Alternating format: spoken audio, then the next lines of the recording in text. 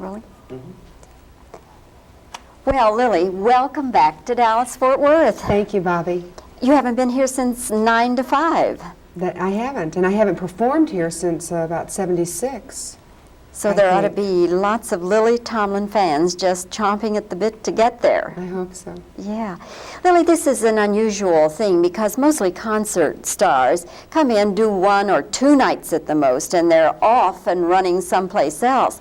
How did you evolve into doing these things where you stay for a week or 2? Well, I'd always worked in this form. I'd always done a one-person show, and when I first started out, though, first of all, there weren't many people doing comedy in the late '60s, early '70s. I mean, it was still mostly music, and it was very difficult to play any place. And then once I got famous on Laugh-In, then I was able to get booked into colleges and do one-nighters and things. But I always thought of myself as a theater performer. I didn't really think of myself as a concert, huge concert kind of performance.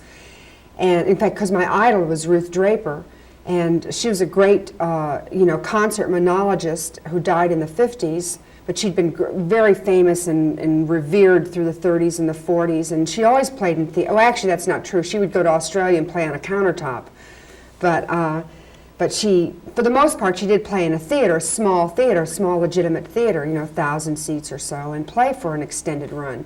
So that was my ambition, was to be, because I didn't like to go to one town and one night and leave. It's just nothing but a big blur. You don't remember the people, you don't remember the city, you don't remember anything.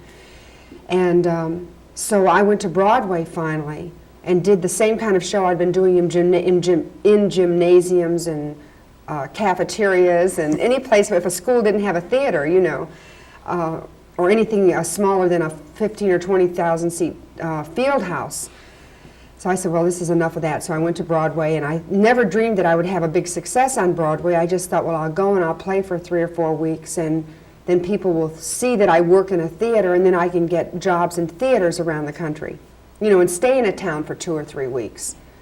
And as it turned out, I was a big success on Broadway, and then so now that's what I get to do all the time.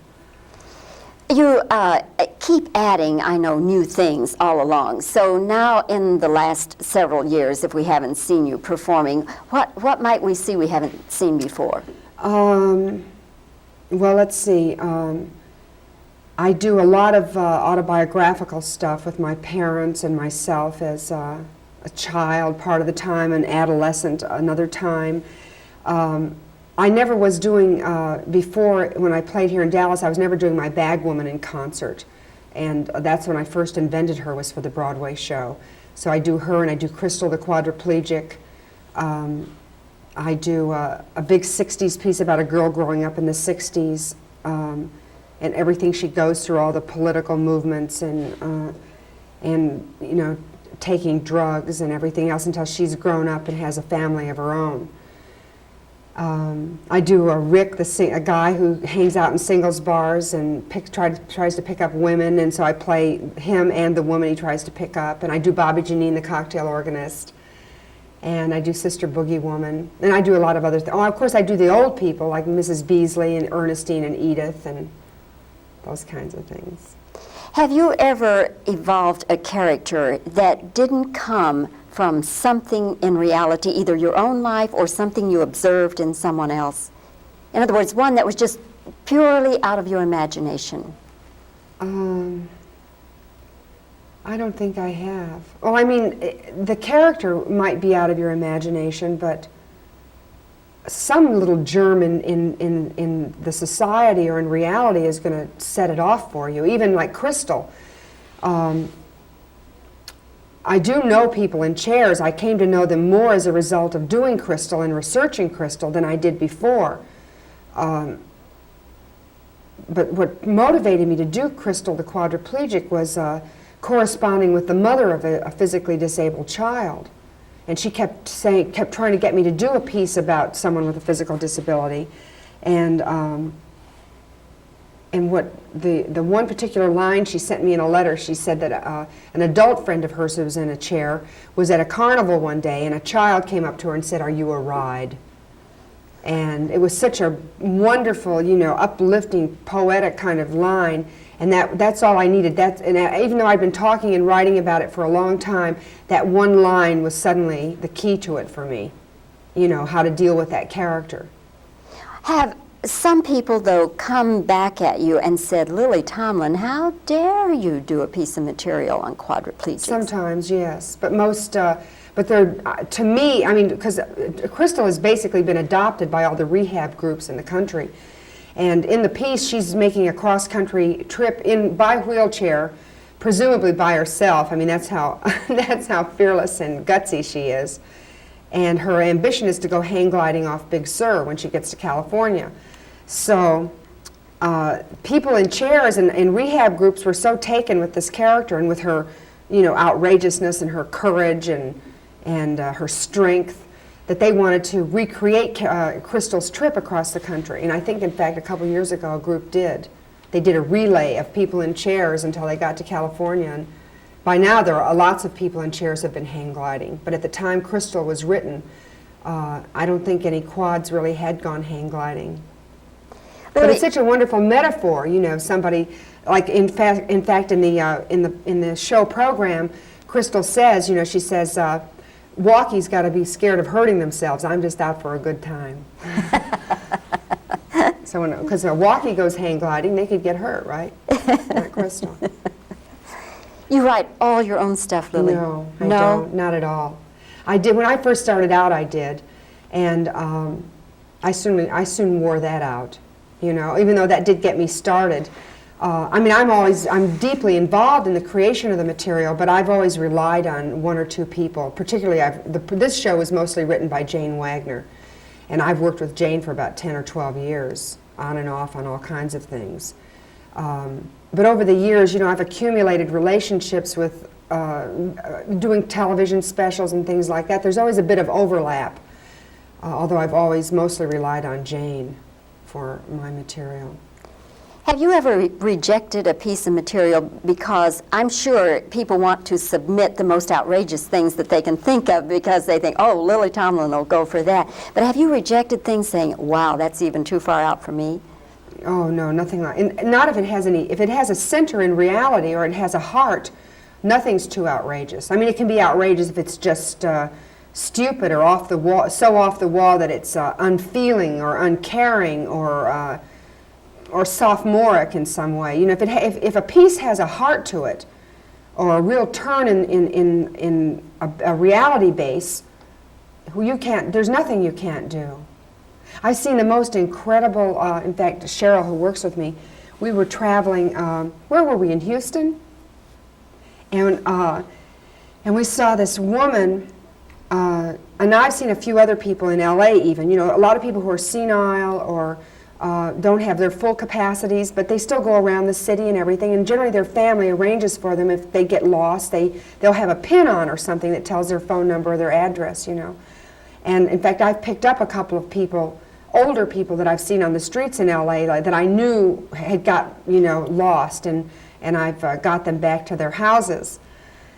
But we saw this woman, and she was like dancing under a viaduct, and she had on a dress that you knew and she was an older woman. She wasn't young. I mean, she was, you know, I mean, she wasn't a young person, but she was very able-bodied and full of a lot of fun and just really having a good time out dancing under this viaduct. And she had like a dress on that you knew the family or somebody had cut out for her, just like you'd cut out an old doll dress, you know, 2 pieces and just stitch it up the side like that. And they had her phone number stenciled real big across her back. And but it was such you know, and so that fragment stays with me. And I'm working on a new Broadway show now, and I would love to be able to create a piece out of that person. I don't know what, you know, I can't tell you exactly what it is, but it's the image of that. It's so it so captures me. And the idea of her, she was like such dancing, you know, with. And of course, I don't know how I would make her dance. I'd try to make her dance with as much abandon as possible. But how great to be able to go out in the street with just your phone number stenciled on you and to be so secure and seemingly so happy and free, you know? I mean, I know it's an enlarged out, you know, wrenched out kind of metaphor, but that's just like Crystal going hang gliding, and then now it's a reality, and I don't know, it's what appeals to me. We got to think of a name for this lady. I know. With the phone number stenciled on her Right. back. I love it already. What about motion pictures, Lily? Anything cooking? Well, I have, actually, I have 5 different projects being developed for me. I expect one of them will be ready, I hope, by the end of summer. We're doing one about twins, one about a clairvoyant. Even while they were developing Tootsie, we were developing another one with the soap opera as a backdrop. So I don't think it's going to hurt that project because it's really quite different. It was written for me and someone else, and each of us to do 2 different parts, but with the soap as a backdrop, you know. And then there's another screenplay about Las Vegas, and then for a long time they've been trying to develop a screenplay at Paramount for me and Joan Rivers, you know, about 2 very rich women who become very, very poor. And all these scripts are in different stages of development, although I think the twins is about the closest at the moment. Would you like to work with Joni Rivers? Yes, I think we could have. I think if we could find the right material, I think it would be difficult to marry us, you know, because I think our styles are really quite different. But if the right hand could do it, they might make a very funny picture, you know. Boy, would it have box office appeal, wouldn't it? Yeah, I think it probably would. Yeah. And if it's just right, you know, if they could write 2 characters that would really serve both of us, because I'd be you know how Joan is, and there's a very particular style that, you know, they could write to her that's absolutely hilarious, and then to balance it with me and to serve it. They're working very hard. They're very hot for it, but it hasn't happened yet. Well, They've we'll gone through see. about 6 drafts. We'll see what happens. Took right. Tootsie how many years? Yeah, anything. Most people don't have any idea how long it takes to put a project together. And it all starts with that script. Right. Yeah. It sure does. Lily, wonderful to see you. Thank I you. really have enjoyed the visit. Thanks, me And too. I'll enjoy seeing you tomorrow night, too. Oh, good. In No. 1,000 years. She's got a new album coming out, too. It hasn't come out yet, Oh, has really? it? I'm Did not it come aware out of it. already? I'm not aware of it. But I didn't know it was released yet. I saw an ad. Oh, really? What's it called? What ad was it? Oh, you saw that for Carnegie Hall, I bet. Oh, that's what it Yeah. I don't think it beats his I know. ratings. Well, It's something new and fresh, and she is more, you know, she's much more vivacious, you know. yeah, I'm afraid. I get really irate with Johnny, the way that he just dogs it.